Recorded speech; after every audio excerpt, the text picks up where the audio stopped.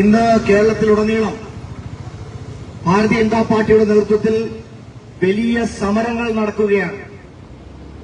ഇന്നിവിടെ പത്തനംതിട്ടയുടെ MP ആയിട്ടുള്ള ശ്രീമാൻ ആന്റോ ആന്റണിയുടെ ഓഫീസിന് മുമ്പിൽ ഇന്നിവിടെ സമരം നടക്കുന്നത് പോലെ ഇന്ന് വയനാട്ടിൽ ശ്രീമതി പ്രിയങ്ക ഗാന്ധിയുടെ ഓഫീസിന്റെ മുമ്പിലും ഇന്ന് ഭാരതീയ ജനതാ പാർട്ടി സമരം നടത്തുകയാണ്.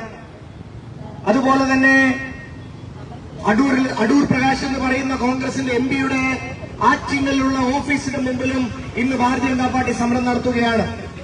വരുന്ന ദിവസങ്ങളിൽ കൂടുതൽ സമരങ്ങളുമായി കോൺഗ്രസിന്റെയും ഇടതുപക്ഷത്തിന്റെയും നേതാക്കന്മാരുടെ ഓഫീസുകളിലേക്ക് ഭാരതീയ ജനതാ പാർട്ടി സമരവുമായിട്ട് മുന്നിട്ടിറങ്ങുകയാണ്. എന്തുകൊണ്ടാണ് ഇങ്ങനെ ഒരു സാഹചര്യം സംജാതമായത് എന്ന് നമുക്ക് ഓരോരുത്തർക്കും വ്യക്തമായി അറിയാം. നമ്മളൊന്നും കേൾക്കാത്ത രീതിയിലുള്ള, ആദ്യമായി ഭാരതത്തിൽ ഇതിനു മുമ്പെങ്ങും സംഭവിക്കാത്ത രീതിയിലുള്ള ഒരു തട്ടിപ്പും അഴിമതിയും കൊള്ളയും നടക്കാൻ ശബരിമല സാക്ഷ്യപ്പെട്ടു എന്നുള്ളത് നമ്മുടെ ഓരോരുത്തരെയും സംബന്ധിച്ച് ഏറ്റവും വേദന ജനിപ്പിക്കുന്ന ഒരു കാര്യമാണ്. നമ്മള് അയ്യന്റെ മണ്ണിലാണ് നിൽക്കുന്നത്, പത്തനംതിട്ടയിലാണ് നിൽക്കുന്നത്. ഇവിടെ നിൽക്കുന്ന ഓരോരുത്തരെയും സംബന്ധിച്ച് ഭഗവാൻ അയ്യപ്പൻ, സ്വാമി അയ്യപ്പൻ എന്ന് പറയുന്നത് ഓരോരുത്തരുടെയും ആരാധനാമൂർത്തിയാണ്. ആ അയ്യപ്പ ഭഗവാന്റെ സാക്ഷാൽ ശബരിമലയിൽ കടന്നു എന്ന് അയ്യന്റെ സ്വർണ്ണ താളികൾ കെട്ടോട്ട് പോകാൻ മടി കാണിക്കാത്ത കുറുവാസംഘമായി ഇടതുപക്ഷവും കോൺഗ്രസും മാറിയിരിക്കുകയാണ്. നമുക്കറിയാം, കഴിഞ്ഞ കുറേ മാസക്കാലമായി ഈ സ്വർണ്ണക്കൊള്ളയുടെ ഓരോരോ കഥകളായി പുറത്തു വന്നുകൊണ്ടിരിക്കുകയാണ്. പക്ഷേ ഭാരതീയ ജനതാ പാർട്ടി മാത്രമാണ് ആദ്യമായി സമരത്തിന് മുന്നിട്ടിറങ്ങിയത്. ഈ സ്വർണ്ണക്കൊള്ളയ്ക്ക് പിന്നിലുള്ള ഇടതുപക്ഷ നേതാക്കളെയും കോൺഗ്രസ് നേതാക്കളെയും വെളിച്ചത്തിന്റെ മുമ്പിൽ കൊണ്ടുവരാൻ, നീതിപീഠത്തിന്റെ മുമ്പിൽ കൊണ്ടുവരാൻ രംഗത്തിറങ്ങിയത് ഭാരതീയ ജനതാ പാർട്ടിയാണ്. ഭാരതീയ ജനതാ പാർട്ടിയുടെ സമരങ്ങൾ ഫലം കണ്ടു തുടങ്ങിയപ്പോൾ ഇവിടുത്തെ പോലീസിന് ചില ആളുകളെ അറസ്റ്റ് ചെയ്യേണ്ടി വന്നു. CPMന്റെ നേതാക്കളായിട്ടുള്ള ഈ പത്തനംതിട്ടക്കാരനായിട്ടുള്ള പത്മകുമാരടക്കം, ഈ സ്വർണ്ണക്കൊള്ളയ്ക്ക് സൂത്രധാരനായിട്ടുള്ള പോറ്റിയടക്കം, അവരുടെ തന്നെ നമുക്കിപ്പോ അറിയാം ഏറ്റവും ഒടുവിൽ പ്രശാന്ത് അടക്കം നിരവധി ആളുകളെ അവർക്ക് കസ്റ്റഡിയിൽ എടുക്കേണ്ടി വന്നു. നിരവധി ആളുകളെ അറസ്റ്റ് ചെയ്യേണ്ടി വന്നു. പക്ഷേ ഇന്നലെ ഹൈക്കോടതി പോലും ആശങ്കയോടുകൂടി ഉന്നയിച്ച ഒരു വലിയ വസ്തുത നമ്മളിൽ പലരും കണ്ടു. അത് എന്താണെന്ന് ചോദിച്ചു കഴിഞ്ഞാൽ ഇന്നലെ കോടതി പോലും ചോദിച്ചു, എന്തുകൊണ്ടാണ് നിങ്ങൾ അറസ്റ്റ് ചെയ്ത ആളുകൾക്ക് ഇപ്പോൾ ബെയിൽ ലഭിച്ചുകൊണ്ടിരിക്കുന്നത്, ജാമ്യം ലഭിച്ചുകൊണ്ടിരിക്കുന്നത്? ഇതിൽ തന്നെ മനസ്സിലാകും ഇടതുപക്ഷ സർക്കാരിന്റെ, പിണറായി വിജയൻ സർക്കാരിന്റെ ഹിന്ദു വിരുദ്ധ നിലപാട് എത്രത്തോളം എന്ന് നമുക്ക് മനസ്സിലാവും. അല്ലെങ്കിൽ നമ്മളൊന്ന് ആലോചിക്കണം, പോലീസ് അന്വേഷിക്കുന്ന ഒരു കേസിൽ കുറ്റപത്രം പോലും കൃത്യമായി സമർപ്പിക്കാൻ കേരളത്തിലെ സർക്കാരിന് സാധിക്കുന്നില്ല എന്നല്ല പറയേണ്ടത്. സർക്കാരിന് താല്പര്യമില്ല ആ കുറ്റപത്രം സമർപ്പിക്കാൻ. നമുക്കറിയാം, ഒരു വലിയ ജനമുന്നേറ്റമായി, വലിയൊരു സമരവുമായി ഭാരതീയ ജനതാ പാർട്ടി മുന്നിട്ടിറങ്ങിയപ്പോൾ അതിനെ ചെറുക്കാൻ കഴിവില്ലാതെ നിന്നപ്പോൾ പിണറായി വിജയൻ സർക്കാരിന് മറ്റൊന്നും ചെയ്യാനുണ്ടായിരുന്നില്ല. അതുകൊണ്ട് പ്രതികളെ പിടിച്ച് ജയിലിലിട്ടു. പക്ഷേ ഇപ്പോൾ നടന്നുകൊണ്ടിരിക്കുന്നത്, നേരത്തെ ഇവിടെ അധ്യക്ഷൻ പറഞ്ഞതുപോലെ, ഈ പ്രതികളെ സംരക്ഷിക്കാൻ വേണ്ടിയിട്ടുള്ള പ്രവർത്തനമാണ് ഇപ്പോൾ പിണറായി വിജയൻ ചെയ്തുകൊണ്ടിരിക്കുന്നത്. അല്ലെങ്കിൽ നിങ്ങളൊന്ന് ആലോചിച്ചു നോക്കൂ, 90 ദിവസമായിട്ടും കുറ്റപത്രം സമർപ്പിക്കാൻ പോലും ഈ സർക്കാരിന് സാധിച്ചിട്ടില്ല. ഹൈക്കോടതിക്ക് പോലും ആശങ്കപ്പെടേണ്ടി വരുന്നു. എന്തുകൊണ്ട് കുറ്റപത്രം സമർപ്പിക്കുന്നില്ല? എന്തുകൊണ്ട് ഈ പ്രതികൾക്ക് ജാമ്യം ലഭിക്കുന്നു എന്ന് പറഞ്ഞാൽ, ഈ കേരളത്തിലെ അയ്യപ്പ വിശ്വാസികളുടെ കണ്ണിൽ പൊടിയിടാനുള്ള ഒരു തന്ത്രമായി മാത്രമാണ് ഇത്രയും നാളും അവര് ഈ അറസ്റ്റിനെ ഉപയോഗിച്ചത്. അത് മാത്രമല്ല, ഇടതുപക്ഷവും കോൺഗ്രസും നമുക്കറിയാം, ഈ വാളയാറ് കഴിഞ്ഞാൽ ഇവർ രണ്ടുപേരും ഒറ്റക്കെട്ടാണ്. കേരളത്തിൽ മാത്രമാണ് ഇവർ തമ്മിൽ മത്സരിക്കുന്നത്. നമുക്കറിയാം, കേരളം വിട്ടു കഴിഞ്ഞാൽ ഇവർ ഒരു കുടക്കീഴിലാണ്, ഇന്ത്യ മുന്നണി എന്ന് പറയുന്ന ഒറ്റ കുടക്കീഴിലാണ് ഈ രണ്ട് കൂട്ടർ നിൽക്കുന്നത്. ഇവർ തമ്മിലുള്ള ഒരു കെട്ടുപാട്, ഇവർ തമ്മിലുള്ള കൂട്ടുകെട്ട് എത്രത്തോളം ഉണ്ടെന്ന് നമുക്ക് പറയാതറിയാം. നമ്മുടെ ഈ കഴിഞ്ഞ പഞ്ചായത്ത് തെരഞ്ഞെടുപ്പുകളിൽ നമ്മൾ കണ്ടതാണ് ഭാരതീയ ജനതാ പാർട്ടിയെ തോൽപ്പിക്കാൻ പല സ്ഥലങ്ങളും ഇവർ എങ്ങനെയാണ് കൂട്ടുകൂടിയതെന്ന്. അതേ കൂട്ടുകെട്ട് ഇപ്പോൾ ഈ ശബരിമല വിഷയത്തിൽ നമ്മൾ കാണുകയാണ്. നമുക്കറിയാം, നേരത്തെ ഇവിടെ അധ്യക്ഷ പ്രസംഗത്തിൽ പറഞ്ഞതുപോലെ ശ്രീമതി സോണിയാഗാന്ധി, കോൺഗ്രസ് പാർട്ടിയുടെ ഏറ്റവും മുതിർന്ന നേതാവായിട്ടുള്ള ശ്രീമതി സോണിയാഗാന്ധി, ആ സോണിയാഗാന്ധിയെ കാണാൻ വേണ്ടിയിട്ട് പോറ്റിപ്പോയത് ഒരു തവണയല്ല, നിരവധി തവണയാണ് സോണിയാഗാന്ധിയെ കാണാൻ വേണ്ടിയിട്ട് ഈ പോറ്റിപ്പോയത്. അപ്പോൾ സോണിയാഗാന്ധിയുമായി എന്താണ് പോറ്റിക്കിടപാട്? എന്തിനാണ് ഈ പുറയിലുള്ള ഈ അഞ്ജു ആന്റണി, അതുപോലെ തന്നെ അടൂർ പ്രകാശ്, ഈ കോൺഗ്രസ് നേതാക്കൾ എന്തുകൊണ്ടാണ് സോണിയാഗാന്ധി ഓഫീസിലേക്ക് കൊണ്ടുപോയത്? ശരിയാണ്, ഞങ്ങളിൽ പലരും പ്രധാനമന്ത്രിമാരെ കാണാൻ പോകാറുണ്ട്, ദേശീയ നേതാക്കളെ കാണാൻ പോകാറുണ്ട്. പക്ഷെ ഞങ്ങളാരും ഇതുപോലുള്ള കാട്ടുകള്ളന്മാരെ വിളിച്ചുകൊണ്ട് അവിടെ പോകാറില്ല. ഞങ്ങളുടെ നേതാക്കന്മാർ ഒരു കാട്ടുകള്ളനെയും കാണാൻ അനുവാദം കൊടുക്കാറില്ല.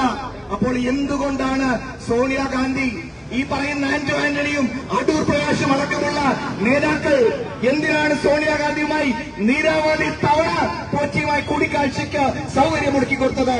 ഇതിൽ നിന്ന് കാര്യം വ്യക്തമാണ്. നേരത്തെ ഇവിടെ സൂചിപ്പിച്ചതുപോലെ സോണിയാഗാന്ധിയുടെ കുടുംബത്തിൽ തന്നെയുണ്ട് ആന്റിക് ബിസിനസിൽ ജോലി ചെയ്യുന്നവർ. സോണിയാഗാന്ധിയുടെ സഹോദരൻ തന്നെ ഈ പുരാവസ്തു ബിസിനസുമായി ബന്ധപ്പെട്ട വ്യക്തിയാണ്. അതുകൊണ്ട് ഭാരതീയ ജനതാ പാർട്ടി വെറും വാക്ക് പറയുകയല്ല, ഇതിൽ സമഗ്രമായ ഒരു CBI അന്വേഷണം നടന്നു കഴിഞ്ഞാൽ സോണിയാഗാന്ധിയുടെ കുടുംബങ്ങൾക്ക് ഈ കേസിൽ അകത്താകുമെന്നുള്ളതിന് യാതൊരു സംശയവും വേണ്ട. അത്രത്തോളമുണ്ട് കോൺഗ്രസുകാരുടെ ഈ അഴിമതി. അതുകൊണ്ട് ശ്രീമാൻ ആന്റോ ആന്റണിയും അടൂർ പ്രകാശും ഒക്കെ വിചാരിക്കുന്നത് ഈ പിണറായി വിജയൻ സർക്കാരിന്റെ തട്ടിപ്പ് പരിപാടി, ഈ കേരള പോലീസിന്റെ തട്ടിപ്പ് പരിപാടിയിൽ രക്ഷപ്പെടാമെന്ന് കരുതണ്ട. ഇത് ഭാരതീയ ജനതാ പാർട്ടിയാണ്, നരേന്ദ്രമോദി നേതൃത്വം നൽകുന്ന ഭാരതീയ ജനതാ പാർട്ടിയാണ്. ഓരോരുത്തരെയും കാരാഗ്രഹത്തിടുന്നവരെയും ഈ സമരവുമായി ഞങ്ങൾ മുമ്പോട്ട് പോകും. അതുകൊണ്ട് കോൺഗ്രസിന്റെ നേതാക്കൾ ഒത്തിരി നാളൊന്നും ഈ CPM നൽകുന്ന ഈ സംരക്ഷണയിൽ, CPM ഒരുക്കുന്ന ഈ കപടതന്ത്രത്തിൽ രക്ഷപ്പെടാമെന്ന് കരുതണ്ട. വരുന്ന ദിവസങ്ങളിൽ ഇതിലും കൂടുതൽ സമരങ്ങൾ ഞങ്ങൾ സംഘടിപ്പിക്കും. ആന്റോ ആന്റണിയും അടൂർ പ്രകാശുമൊക്കെ ഇതിന് കൃത്യമായി മറുപടി പറയേണ്ടി വരും. കോടതി തന്നെ ചോദിച്ചു തുടങ്ങി, എന്തുകൊണ്ടാണ് കോൺഗ്രസിന്റെ നേതാക്കളെ നിങ്ങൾ ചോദ്യം ചെയ്യുന്നില്ല? നമുക്കറിയാം, ഈ ശബരിമലയിലെ കൊള്ള തുടങ്ങിയത് ഇന്നും ഇന്നലെയുമല്ല. ഈ പിണറായി വിജയൻ അധികാരത്തിൽ വരുന്നതിന് മുമ്പ് ശബരിമലയിൽ മന്ത്രിയായിരുന്ന കോൺഗ്രസിന്റെ ശിവകുമാറിന്റെ അനിയൻ, നമുക്കെല്ലാം ഓർമ്മയുണ്ട്, ദേവസ്വം ബോർഡിന്റെ ചുമതല ഉണ്ടായിരുന്ന ശിവകുമാറിന്റെ അനിയൻ അവിടെ നമുക്കറിയാം മാന്നാറിൽ നിന്ന് പാത്രങ്ങൾ വാങ്ങിച്ചു എന്ന് പറഞ്ഞ് കള്ളക്കണക്ക് എഴുതി കോടികൾ തട്ടിയ കഥ നമുക്ക് ഓർമ്മയുണ്ട്. അങ്ങനെ കോൺഗ്രസുകാർ കാലങ്ങളായി ശബരിമലയെ കൊള്ളയടിച്ചു വരികയാണ്. നമുക്കെല്ലാം ഓർമ്മയുണ്ട്, 2018-19 നമ്മുടെ പൂങ്കാവനം കളങ്കപ്പെടുത്താൻ വേണ്ടി സ്ത്രീകളെ കയറ്റിക്കൊണ്ട് ആ പൂങ്കാവനത്തെ തന്നെ ഇല്ലാതാക്കാൻ വേണ്ടി ശ്രമിച്ച പിണറായി വിജയൻ, അന്ന് ആ പിണറായി വിജയൻ ഒപ്പം നിന്നത്, ആ പിണറായി വിജയൻ സർക്കാരിന് ഒത്താശ ചെയ്തു കൊടുത്തത് കോൺഗ്രസുകാരാണ്. അതിന്റെ പ്രതിഫലമായിട്ടാണ് ഇന്നിപ്പോൾ പിണറായി വിജയൻ സർക്കാർ ആന്റോ ആന്റണിയെയും അടൂർ പ്രകാശിനെയും ഒന്ന് തൊഴാൻ പോലും തയ്യാറാവാത്തത്. പക്ഷേ ഇനി അത് സമ്മതിക്കില്ല. കേരളത്തിലെ ജനങ്ങൾക്ക് കാര്യം മനസ്സിലായി കഴിഞ്ഞു. ഇവർ രണ്ടുപേരും ചേർന്ന കുറുവാ സംഘം, അവർ കാലങ്ങളായി ശബരിമലയെ തകർക്കാൻ, കേരളത്തിലെ ഹിന്ദു ക്ഷേത്രങ്ങളെ തകർക്കാൻ, ഹൈന്ദവ വിശ്വാസത്തെ തകർക്കാൻ ഈ രണ്ട് കൂട്ടം ചേർന്ന് ഒരുമിച്ച് പ്രവർത്തിച്ചു വരികയാണ്. കോൺഗ്രസിന്റെ കാര്യം നമുക്കറിയാം, തെരഞ്ഞെടുപ്പ് വരികയാണ്. എന്ന് TV തുറന്നു നോക്കിയാലും ഒറ്റ കാര്യം മാത്രമാണ് നമുക്ക് കാണാൻ സാധിക്കുക. എല്ലാ ദിവസവും രാവിലെ എഴുന്നേറ്റ് ശ്രീമാൻ VD സതീശൻ എല്ലാ ദിവസവും രാവിലെ എഴുന്നേറ്റ് വെള്ളപൂശൽ തുടങ്ങും. ആരെ വെള്ളപൂശൽ? ജമാഅത്ത് ഇസ്ലാമിയെ വെള്ളപൂശാൻ തുടങ്ങും.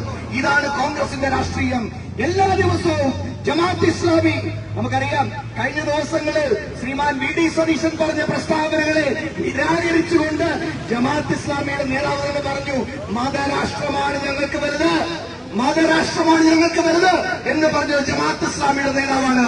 ആ ജമാഅത്ത് ഇസ്ലാമിയുടെ നേതാവിനെ വെള്ളപൂശിക്കൊണ്ട് ഒരു വർഗീയ രാഷ്ട്രീയം മാത്രം കളിക്കാനാണ് ശ്രീമാൻ VD സതീശൻ അടക്കമുള്ള കോൺഗ്രസുകാർ ശ്രമിക്കുന്നത്.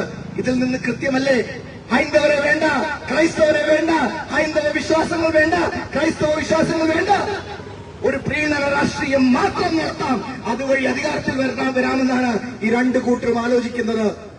അതുകൊണ്ട് വരാൻ പോകുന്ന നാളുകൾ ഞാൻ ശ്രീമാൻ അടൂർ പ്രകാശോട് പറയാനുള്ളത്, സാർ, കഴിഞ്ഞ ദിവസം നിങ്ങൾ തിരുവല്ലയിൽ വന്ന് നാടകം കളിച്ചു. നാണമില്ലേ? ഒരല്പം ഉളുപ്പില്ലേ? കേന്ദ്ര സർക്കാർ നടപ്പിലാക്കിയ അമൃത് ഭാരത് സ്റ്റേറ്റ് ട്രെയിനിന് വേണ്ടിയിട്ട് നാടകം കളിക്കാൻ ഉളുപ്പില്ലേ?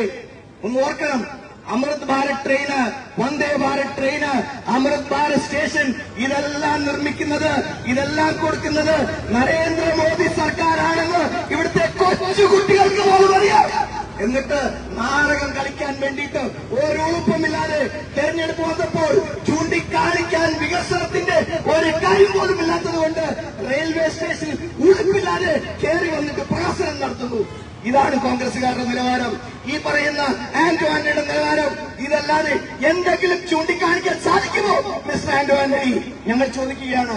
അതുകൊണ്ട് താങ്കൾ ഈ പോലീസ് ബാരിക്കേഡിന്റെ പുറകിൽ നിന്ന് എന്നേക്കും രക്ഷപ്പെടാമെന്ന് കരുതുന്നുണ്ടെങ്കിൽ അത് തെറ്റിപ്പോയി.